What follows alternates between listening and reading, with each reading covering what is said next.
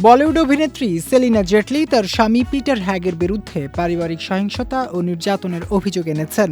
এই অভিযোগের ভিত্তিতে 2025 সালের নভেম্বরে তিনি মুম্বাইয়ের আন্ধেরির একটি আদালতে বিবাহ বিচ্ছেদের আবেদন করেন।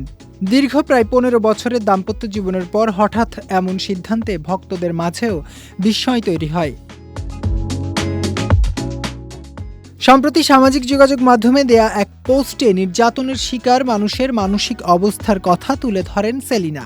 তিনি লেখেন, সফল ও শিক্ষিত হওয়া সত্ত্বেও কেন একজন মানুষ বছরের পর বছর নির্যাতন সহ্য করে, এই প্রশ্নের উত্তর দিতে দিতে বেঁচে যাওয়া মানুষেরা একসময় ক্লান্ত হয়ে পড়ে।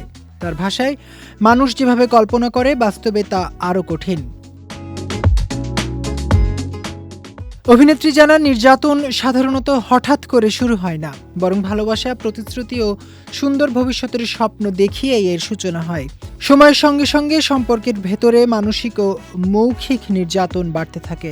তবুও ভালো দিনের আশায় অনেকেই দীর্ঘ সময় তা সহ্য করে যান। এদিকে সেলিনার আইনজীবীর পক্ষ থেকে জানানো হয়েছে, তাদের বিচ্ছেদের বিষয়টি এখন জটিল আইনি লড়াইয়ের রূপ নিয়েছে। সেলিনা মুম্বাইয়ে মামলা দায়ের করলেও তার স্বামী অস্ট্রিয়ার আদালতে পাল্টা মামলা করেছেন। অভিযোগ রয়েছে, ভিয়েনার একটি সম্পত্তি বিক্রির বিষয়টি গোপন করতেই পিটার এই পদক্ষেপ নিয়েছেন, যাতে সেলিনা সেই সম্পত্তির কোনো অংশ দাবি করতে না পারেন। সন্তানদের ভবিষ্যতের কথা বিবেচনা করে সেলিনা পারস্পরিক সমঝোতার মাধ্যমে বিচ্ছেদের প্রস্তাব দিলেও পিটার তাতে রাজি হননি, বরং সংসার ভাঙার জন্য তিনি সেলিনাকেই দায়ী করেছেন বলে জানা গেছে। বর্তমানে বিষয়টি দুই দেশের আইনি প্রক্রিয়ার মধ্য দিয়ে এগোচ্ছে।